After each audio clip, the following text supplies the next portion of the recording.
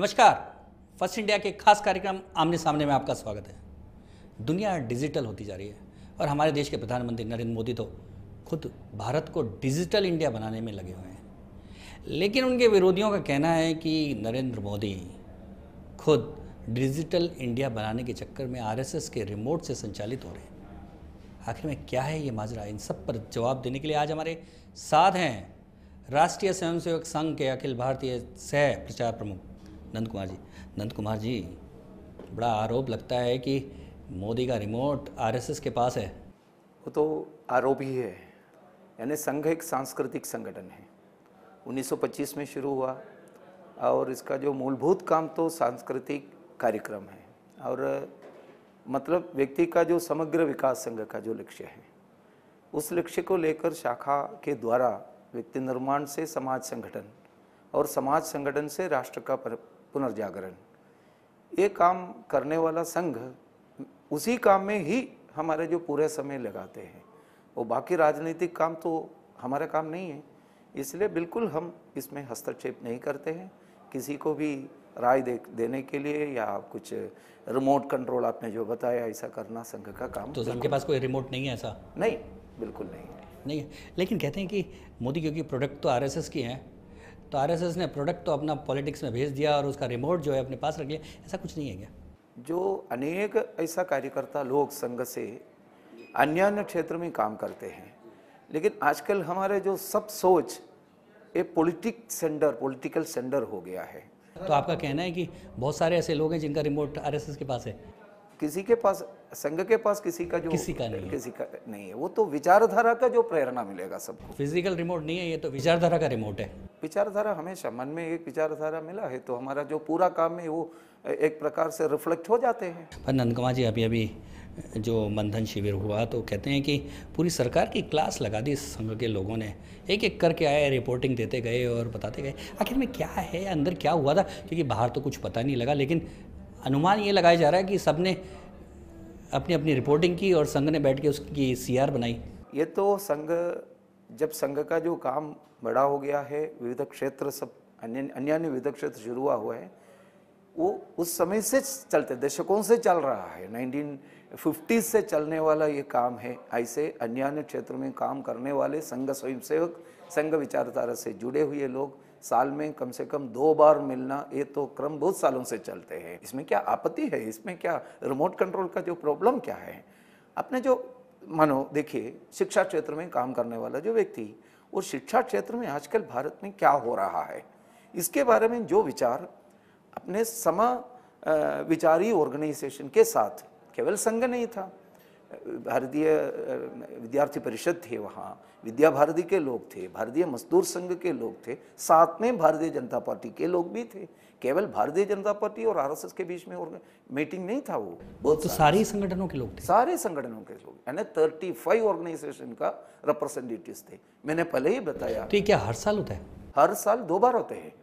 एक तो छोटी बैठक होते हैं और बड़े पैमाने पर, अभी जो हुआ था ये बड़े पैमाने पर होने वाला एक बैठक है। कम से कम 60 से शुरू हुआ है इस क्रम। क्या किए उसमें? बाकी तो क्या है, जनता को भारतीय मजदूर संघ या किसान संघ या विद्यार्थी परिषद या बाकी दूसरे संगठन क्या करें, ज़्यादा फर्क नहीं पड़ता है। लेकिन बीजेपी के नेताओं ने जो रिपोर्टिंग की, क्या उससे सही दिशा में जा रहा है सब कुछ, ऐसा लगता है क्या? मैं सब ये सुनिए, ये रिपोर्टिंग भी केवल भारतीय जनता पार्टी का नहीं हुआ, ये तो बाकी ऑर्गेनाइजेशन का भी रिपोर्टिंग हुआ है। उनका जो क्षेत्र से संबंधित विषय, राजनीति से संबंधित विषय, संघ स्वयंसेवक जो वहाँ काम करने वाला जो लोग, वो रिपोर्ट किए होंगे। इस प्रकार से विद्या क्षेत्र में, शिक्षा के क्षेत्र में जो क्या हो रहा है, इसके बारे में वो लोग भी बता रहे थे। इट इज़ जस्ट जो आइडिया का जो आदान प्रदान का आकलन, जो वहाँ के जो परिस्थिति के बारे में, समसामयिक विषयों के बारे में उनका जो आकलन आपस में शेयर करने का एक जगह है, फॉर्मेट। जब से 1-1.5 साल सरकार को आने, उसके बाद संघ के जो तमाम संगठन हैं अलग अलग क्षेत्रों में काम करते हैं, उनके और सरकार के बीच में कहीं ना कहीं वैचारिक कलेश हो गया था, आपस में क्लैश हो गया था। उस क्लैश के चलते कहीं ना कहीं संघ परेशान था, इसलिए समन्वय करने की कोशिश की। कहीं ऐसा क्लैशेस नहीं है। हाँ, वो तो एक क्षेत्र संबंधित विषय गवर्नमेंट के तरफ रखने के समय तो उनका जो आकलन, उनका जो उसके संबंधित जो एनालिसिस, उस एनालिसिस और विश्लेषण के आधार पर विषय रखते हैं और पब्लिक में वो लोग रखते हैं, वो लिखने का पूरा अधिकार है ऐसे लोगों का। इसका मतलब इस आपस में क्लैश है ऐसा कहना तो ठीक नहीं है, बिल्कुल मेरे नज़र पर ऐसा नहीं आ गया। तो सरकार चल रहा है, अभी तक जो चल रहा है इसके आधार पर मैं पूरी उम्मीद से बता सकते हैं, पूरे आत्मविश्वास से बता सकते हैं, ठीक दिशा से चल रहा है। यानी कि जिस जो दिशा तय की थी चुनाव से पहले वो दिशा ही सरकार की है। कैसा हो वो तो उन्होंने उनका जो मैनिफेस्टो में बताया है, हमारा जो अपेक्षा इतना ही है, उन्होंने जो पूरे समाज के सम्मुख पूरे समाज को जो वादा दिया है उनके मैनिफेस्टो के आधार पर वो पूरा करने के लिए उन्होंने कोशिश करना है। लेकिन एक बात तो समझना चाहिए, तो ये नया गवर्नमेंट आकर केवल डेढ़ साल ही हुआ है, सब कुछ ठीक करने का जो समय आया नहीं। लेकिन ये इसको जो हमने कैसे असेस करेंगे, we are assessing it through how far it has been, इनका जो प्रोडक्शन कैसा है, इनका जो काम कैसा हो रहा है, इसके आधार पर बता रहा है द डायरेक्शन इज ठीक। आरोप ये है कि संघ जो है सरकार के माध्यम से पूरी शिक्षा नीति पर अपना कब्जा करने की कोशिश कर रहा है, और जिस तरह से जो शिक्षा विभाग से जुड़े हुए ऑर्गेनाइजेशन पे जिस तरह से संघ के लोगों का कब्जा होता जा रहा है, वो कह रहे हैं कि कब्जा एक एक करके कम्युनिस्ट आइडियोलॉजी के या दूसरी आइडियोलॉजी के लोगों को निकाल के संघ की आइडियोलॉजी वालों को वहाँ प्रस्थापित किया जा रहा है, और संघ चाहता है कि किसी भी तरह से शिक्षा नीति पे उसका पूरी तरह से अधिकार हो जाए। इस विचारधारा को लेकर शिक्षा क्षेत्र में काम करने वाले लोग अलग अलग जो सरकार आए थे, सब सरकार के तरफ उनका जो नीति व्यक्त कर दिया है, राय व्यक्त कर दिया है, क्या कुछ परिवर्तन लाना चाहिए इस देश में। आपको भी मालूम होगा जो शिक्षा तो चल रहा है 1947 से लेकर, इसमें खास परिवर्तन नहीं हुआ था। अंग्रेजी जो सरकार ने जो हमारे ऊपर थोपा हुआ अंग्रेजी education system is continuing like anything, we are not at all, we haven't changed the system. चाहता क्या है संघ, चाहता क्या है आखिर में शिक्षा नीति में, ऐसा क्या चेंजेस चाहता है? क्योंकि आप कह रहे हैं कि बिल्कुल अंग्रेजों की थोपी हुई नीति है, लेकिन शिक्षा को लेके कहते हैं कि बहुत ज़्यादा फोकस है। शिक्षा क्षेत्र में एक राष्ट्रीय आधार पर, राष्ट्रीय तत्वों के आदर्शों के आधार पर परिवर्तन अभी तक ठीक तरह से नहीं हुआ। कुछ तो स्टेप लिया, पहले जो एक जमाने पर ऐसा प्रयास किया था, उस समय यहाँ के जो तथाकथित क्या है फॉरवर्ड लुकिंग पीपल, ऐसा कहने वाला जो सेकुलर पीपल सब आकर ऐसा बताए, वो एक प्रकार से साफ्रनाइजेशन हो रहा है, एक प्रकार से कम्युनलाइजेशन हो रहा है, संस्कृताइजेशन हो रहा है, ये सब कहकर बहुत हल्ला मचाया। लेकिन कोर्ट में केस गया, सुप्रीम कोर्ट में क्या बताया सुप्रीम कोर्ट ने उस समय? सुप्रीम कोर्ट का जो 3 जज का जो bench, justice Sharma, justice Shah, justice Dharmadhikari, ये तीनों एक साथ मिलकर एक बात बताया, हमने 50 साल बर्बाद किया शिक्षा को लेकर उन्होंने बताया बर्बाद किया।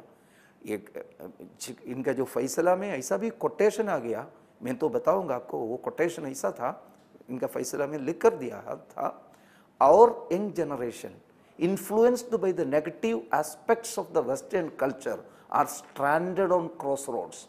They don't know which way they have to take. मतलब क्या है, हमारा जो युवा पीढ़ी वेस्टर्न फिलोसफी के, वेस्टर्न कल्चर का नेगेटिव एस्पेक्ट्स है। यस, वेस्टर्न कल्चर में भी कुछ पॉजिटिव एस्पेक्ट्स है, लेकिन नेगेटिव एस्पेक्ट से प्रभावित होकर अभी जो एक चौराहे पर आकर खड़े हैं, कहाँ जाना है, कहाँ मोड़ना है, उनको मालूम नहीं है। Which way they have to take, they don't know exactly. They are stranded on crossroads. ये तो सुप्रीम कोर्ट। नंद कुमार जी, बात ये है कि बड़ी परेशानी तब होती है कि हमने तो बचपन से ये पढ़ा था कि अकबर महान था, अब आपकी सरकार आती है, जैसे राजस्थान में आ गई, अब वो कह रहे हैं अकबर महान नहीं था, महाराणा प्रताप महान था। अब मेरे जैसा आदमी पूरा ग्रेजुएशन, पोस्ट ग्रेजुएशन सब पढ़ लिया, पढ़ाई छोड़ दी, 10-15 साल हो गए, और उसके बाद मेरे को बताया जाए कि अब अकबर नहीं भैया महाराणा प्रताप महान था, तो मैं कैसे इस चीज़ को मान लूँ और कैसे इस होच पोच में। अच्छा, आप गलती पढ़ा है, इसका मतलब आने वाला पीढ़ी भी वो गलती रिपीट करना, ऐसा है क्या? You have to change.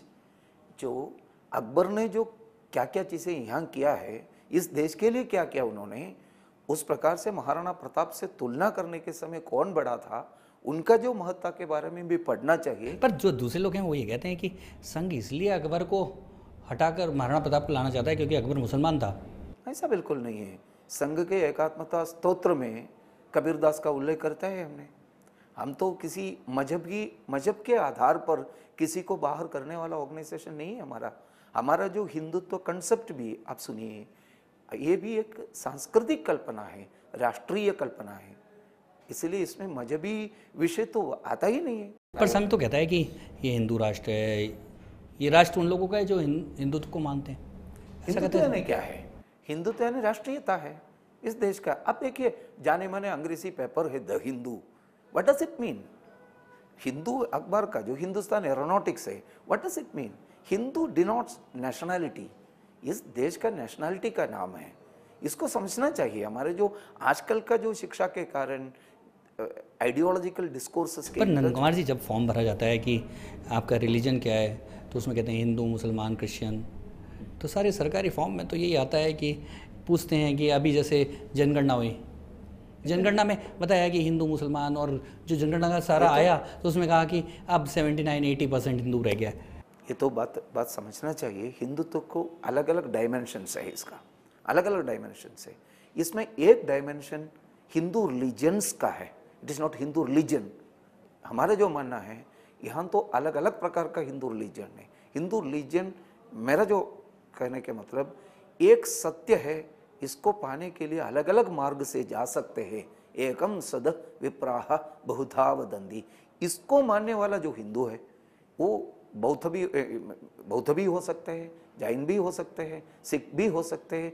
अगर किसी मुसलमान, मजहबी मुसलमान वो भी मानता हो तो वो मानते हैं तो उनको भी हिंदू कर सकते हैं। इसको अलग अलग डायमेंशन, एक डायमेंशन तो केवल रिलीजियस डायमेंशन है, इसके ऊपर उठकर इसको एक, मेरे ख्याल से ये सांस्कृतिक संस्कार से संबंधित एक डायमेंशन। मुसलमान जो है ओवैसी, जैसे वो कहते हैं कि संघ जो है अपनी हिंदुत्व की परिभाषा कह के ये ऐसे घुमाकर पकड़ना चाहता है कान, सीधे नहीं पकड़कर, कि आखिर में वो उनका धर्म परिवर्तन तो करना ही चाहता है।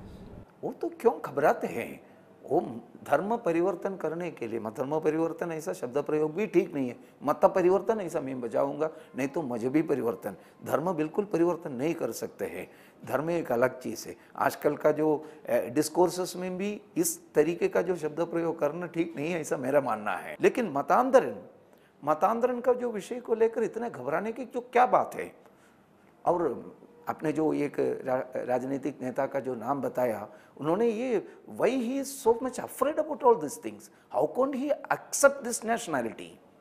MC छगला, मोहम्मद करीम छगला था, उन्होंने रोसेस इन दिसंबर करके उनका ऑटोबायोग्राफी लिखा। उस ऑटोबायोग्राफी में उन्होंने खास तौर पर specially he has mentioned that. Nand Kumar ji, आप जब शाखाओं में दंड का अभ्यास करते हैं और बाकी व्यायाम कसरत करते हैं, तो इतने सारे लोग मिलके करते हैं, तो सामने वाला डरेगा नहीं क्या? डरने का क्या काम है? वो भी करना चाहिए। हमारे मतलब ये तो अपने अपने काय शरीर का जो संस्कार का विषय है। आजकल भारतीयों के अंदर एक नया फिजिकल कल्चर डेवलप होना चाहिए, ऐसा हमारा मानना है। पर इससे दूसरे धर्म वाले डर रहे हैं नंद कुमार जी। डरने का वो तो वो ये सोचते हैं कि उनके ऊपर हमला करेंगे। बिल्कुल नहीं करते, अभी तक तो किया नहीं है हमने। कहाँ किया है संघ ने ऐसा? तो संघ का ये डंडा उनके लिए नहीं है, किसी को भी नहीं है, हमारे लिए नहीं, हमारे लिए है। पंथ परिवर्तन, मैं आपके शब्द ले रहा हूँ, पंथ परिवर्तन हिंदू को मुसलमान बना देता है, क्रिश्चियन हिंदू को मुसलमान बना देता है, पूजा पद्धति बदल देता है, तो बहुत हल्ला मचाते हैं, कहते हैं कि ये धर्म परिवर्तन है, ये राष्ट्र परिवर्तन है, इससे देश को खतरा है, ऐसा सब हल्ला मचाते हैं। तो ऐसा आखिर में क्यों होता है, जब आप कह रहे हैं कि हिंदुत्व तो एक बहुत बड़ा विषय है? इस पर चर्चा जारी रखेंगे, अभी लेते हैं एक छोटा सा ब्रेक।